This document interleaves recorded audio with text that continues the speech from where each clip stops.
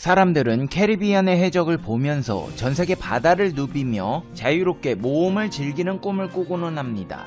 끝없는 항해, 보물을 찾아 떠나는 모험. 하지만 실상 그들의 삶을 들여다보면 우리가 생각하는 것만큼 낭만적인 상황이 아닙니다. 해적들은 살아남기 위해 끊임없이 애를 쓰는 사람들입니다. 그들은 범죄자이며 따라서 어떤 항구에도 정박할 수 없기 때문에 그 어디에서도 도움을 받을 수 없습니다.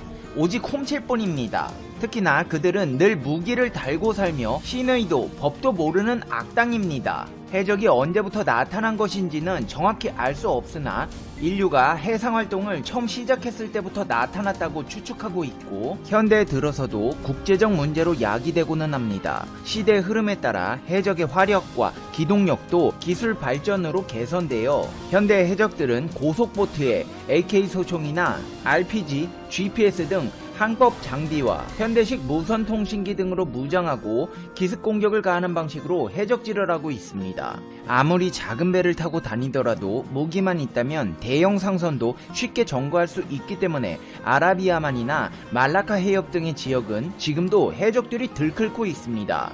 특히 말라카 해협은 중동의 석유와 동아시아 국가의 무역 보충지로 언제나 상선들이 바글바글한 곳입니다.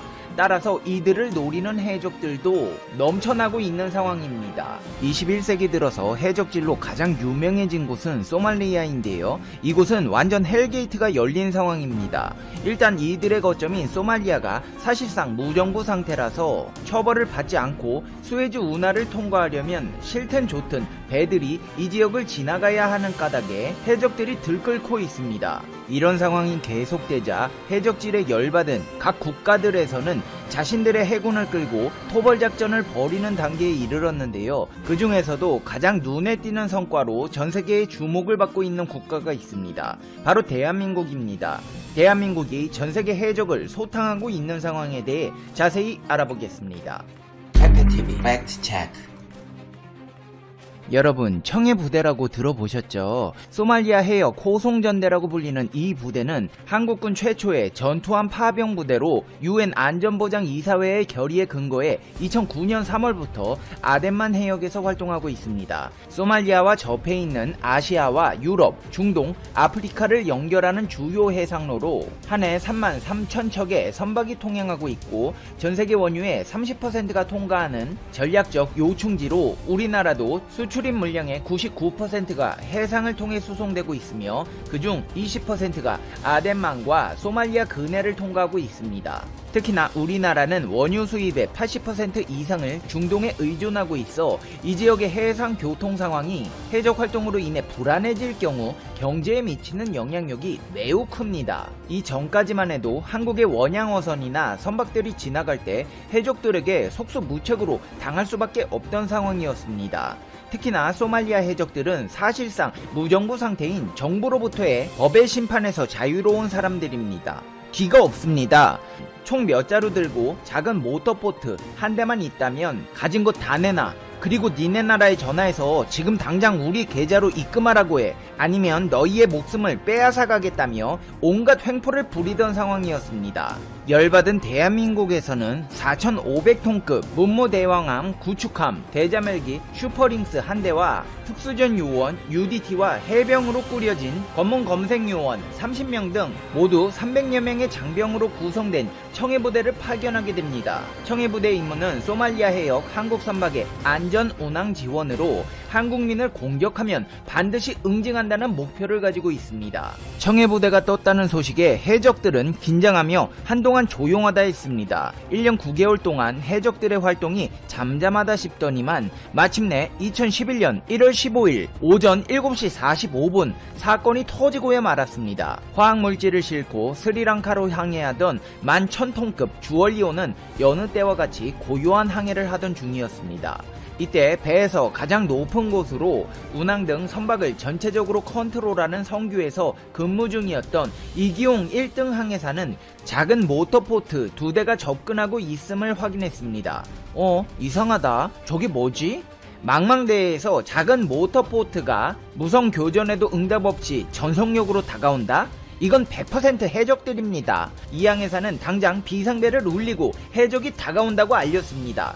해적이다! 해적이 나타났다! 해적 모선에서 내려진 소형 모터보트 두 척의 해적들은 56m인 주얼리오 오른쪽 중앙 측면을 향해 알루미늄 사다리를 걸고 단숨에 올라오게 됩니다. 최진경 3등 항해사는 실제 상황입니다. 배에 해적이 탔으니 즉시 피난실로 대피하십시오. 라는 선내방송을 했습니다. 사실상 몇 되지도 않는 해적들이라 그냥 싸워서 이기면 되는 거 아니냐는 생각이 들 수도 있지만 이들에게는 총이 있습니다. 화학물질을 운반하는 주얼리오에 해적에 맞설 총 따위는 존재하지 않고 자칫 저항하려다 죽을 수도 있는 상황이기 때문에 한국인 8명 등 선원 21명 전원은 매뉴얼에 따라 3, 4분 만에 비상 통신기와 물, 음식 등을 챙겨 피난실로 대피했고 철제 출입문을 걸어 잠궜습니다. 철문은 이런 상황을 대비해 안쪽에서만 열 수 있도록 만들어졌습니다. 하지만 해적들은 지능적이었습니다. 철제문을 부수지 않고 피난실 천장에 있는 해치를 대형 해모로 부수고 들이닥쳤습니다. 그들은 AK 소총과 생선칼로 선원들을 위협했습니다. 이런 상황은 선사 3호 해온에 의해 청해부대로 전파되었습니다.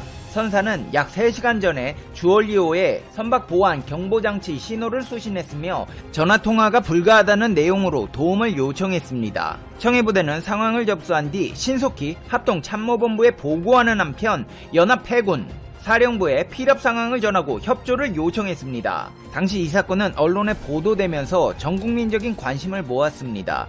무역 의존도가 높은 우리나라가 해상 수송로를 보호하지 못하면 국가 경제에 지대한 타격을 입게 될 것이고 나아가 피랍이 발생할 때마다 돈으로 해결하면 해적들에게 한국 선박은 항상 표적이 될 것이 뻔한 상황이라 당시 국방부 장관이었던 김관진 국방부 장관은 군사작전을 통해 인질을 구출해야 한다고 주장했습니다. 하지만 반대의 목소리도 높았습니다. 위험하다는 이유에서였습니다. 인질과 해적이 섞여 있어 불상사가 생길 가능성이 농후했습니다. 심지어 지난 2005년 6월 28일 미 해군 최정예 특수전 부대인 실도 인질 구출 작전에 실패한 바 있습니다. 미군 16명을 태운 특수전 헬기 한 대가 탈레반의 RPG 로켓 공격을 받아 추락했고 탑승자가 몰사한 것입니다. 이 작전은 아프가니스탄 최악의 특수전 작전으로 기록되었습니다. 러시아 최정예 알파 부대도 마찬가지입니다.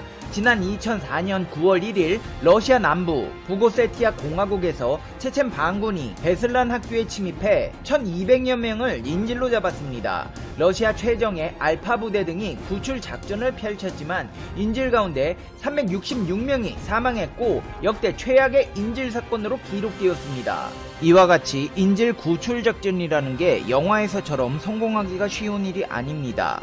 하지만 당시 국방부 장관을 비롯한 군 관계자들은 작전 성공에 대한 확신이 있었습니다. 특전사 중에 특전사로 불리는 707 특임대 등 최정예 부대의 훈련 모습을 숱하게 봐왔는데 이들이 양쪽 눈을 모두 가리고도 각종 무기로 목표물을 정확히 맞히는 등 액션 영화에서나 볼만한 모습들의 작전을 강행하게 됩니다. 마침내 작전 당일 작전 개시 10분 전인 4시 36분 공통망을 통해 우리 선원들에게 한국어로 공격이 임박했으니 안전지대로 대피하고 외부로 나오지 마십시오 라는 방송을 2회 실시했습니다. 소말리아 해적은 한국말을 못 알아들었기 때문에 이 말을 알아듣지 못했습니다. 그리고 새벽 5시 18분 청해부대는 함정을 은폐물 삼아 고무보트 2척을 우연, 한 척은 좌연으로 침투시켰습니다. 고무보트가 침투할 때 청해부대는 주얼리오의 전자공격을 감행하여 레이더를 마비시켰고 함정의 기동을 주얼리오 쪽으로 바꾸어 해적이 눈치채지 못하게 했습니다. 이때 배 앞쪽에서 해적 한 명이 공격팀을 발견하고 총을 쐈습니다. 공격팀 또한 즉각 MP5 기관단 총으로 해적에게 응수했고 사살했습니다. 해적과의 교전이 시작된 순간이었습니다. 선박에 올라간 공격팀은 선교 근처에서 선내 해적과 인질의 위치를 다시 한번 정확히 확인했습니다. 이어 창문 너머로 최류탄과 섬광포금탄을 투척한 뒤 기관단총으로 선교 천장에 위협사격을 가해 해적들을 당황하게 한 뒤 5명이 재빨리 선교에 진입했습니다. 최루탄의 매캐한 연기로 인해 시야가 제한적이었지만 공격팀은 해적과 선원을 구분할 수 있었고 작전 성공이 보이는 듯 했습니다. 하지만 안되겠다고 느낀 해적들이 공격팀의 진입에 당황한 모습을 보이며 근처에 있는 선원들에게 다가가 공격을 강행했습니다. 찰나의 순간 공격팀은 재빨리 조타기에 있던 해적 4명을 모두 사살하고 선원 3명의 안전을 확보했습니다. 안심하십시오. 대한민국 해군입니다. 여러분은 구조되셨습니다. 해적 4명을 사살하고 이후 남은 4명과의 술래잡기 같은 목숨을 건 게임이 시작되었습니다. 해적들은 담요 밑이나 계단에 숨어 있다가 청해부대를 공격해왔고 외부 통로에서 튀어나오기도 했습니다. 하지만 해적들의 술래잡기 전술은 대한민국 최정예 부대의 전투력에 따라갈 수 없었습니다. 결국 공격팀은 해적들을 모두 사살하면서 주올리오 선원들을 전부 구조하게 됩니다. 4시간 58분의 사투를 벌인 끝에 얻은 쾌거였습니다. 이 작전은 미국도 러시아도 실패하며 비난을 샀던 인젤 구조작전에 성공했다는 점에서 전세계의 부러움을 사며 한국군의 위상을 드높인 계기가 됩니다. 19일 일본 가토 관방장관의 발언이 일본 전체를 뒤집어 놓았습니다. 일본은 얼마 전까지 백신 3억 병 이상을 확보했다며 내년 초에 접종하겠다고 큰소리쳤습니다. 하지만 일본 내에서 최근 백신 부작용에 대한 우려가 나오기 시작했고 일본 정부는 코로나 백신을 국민 각자의 판단으로 실시하게 하겠다고 말한 것입니다. 일본 국민들은 이 발언에 대해 부작용 가능성이 있으니 국민이 판단하고 책임지라는 거냐고 따져 물었습니다. 늘 그렇듯 일본 정부는 백신에 대한 위험성을 국민 개개인에게 전가를 한다는 것이었습니다. 또한 아직 검증되지 않은 백신이기에 무료이지만 접종을 원하지 않는 사람이 상당수가 될 것이라고 했습니다. 3억 3천 대 0. 얼마 전에 일본과 한국의 백신 확보량을 비교한 수치였습니다. 이것으로 일본은 한국과 백신 확보 전쟁에서 완승했다고 했지만 이제는 이 자랑이 무색해지고 있습니다. 일본 정부는 임상 3상에 들어간 백신을 최근 넉 달 동안 3억 병 이상을 입도 선매했습니다. 반면 한국 정부는 넉 달째 확보 중이라는 말만 되풀이하면서 일본에게 완전히 졌다고 비판받았습니다. 그런데 이 같은 주장은 완전히 뒤엎는 사실들이 알려지면서 완벽한 대반전이 일어났습니다.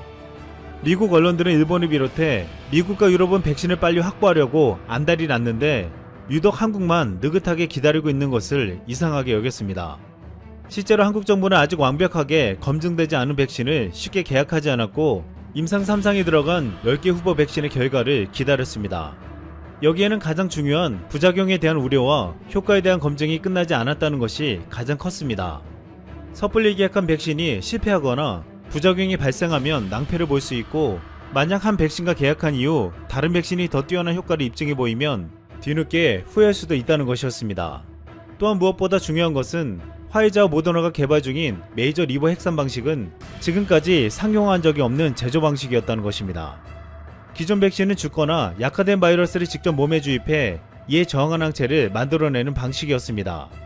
하지만 메신저 리버 핵산 방식은 코로나 바이러스의 표면을 둘러싸고 있는 단백질 스파이크 성분을 체내에 미리 만들어 놓아 이에 대한 면역력을 생성하는 원리로 작동합니다. 두 회사는 이 메신저 리버 핵산 방식을 활용했기 때문에 백신 개발 속도를 줄일 수 있었습니다. 하지만 이 방식은 아직까지 상용화된 바 없었기 때문에 효과와 부작용에 대한 의구심을 간과할 수 없었습니다. 또한 무엇보다 메신저 리버 핵산 방식은 제조 공장이 다른 백신보다 까다로워 대량 생산이 쉽지 않았습니다. 이 방식으로 대량 생산에 필요한 기술력이나 장비도 단기간에 갖추는 것이 쉽지 않고 기존의 설비들도 공정을 바꿔서 생산해야 하기 때문에 제때 수급이 가능할지 의문이 들고 있습니다. 무엇보다 백신은 국민들에게 접종하려면 부작용이 없어야 합니다.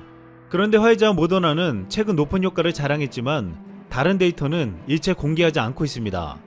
또한 부작용에 대한 언급은 전혀 없었습니다. 일각에서는 언론 플레이를 하는 것이 아니냐고 의심하기도 했습니다. 그런데 우려했던 바와 같이 이 임상에 참여했다가 부작용을 겪었다는 증언들이 나오고 있습니다.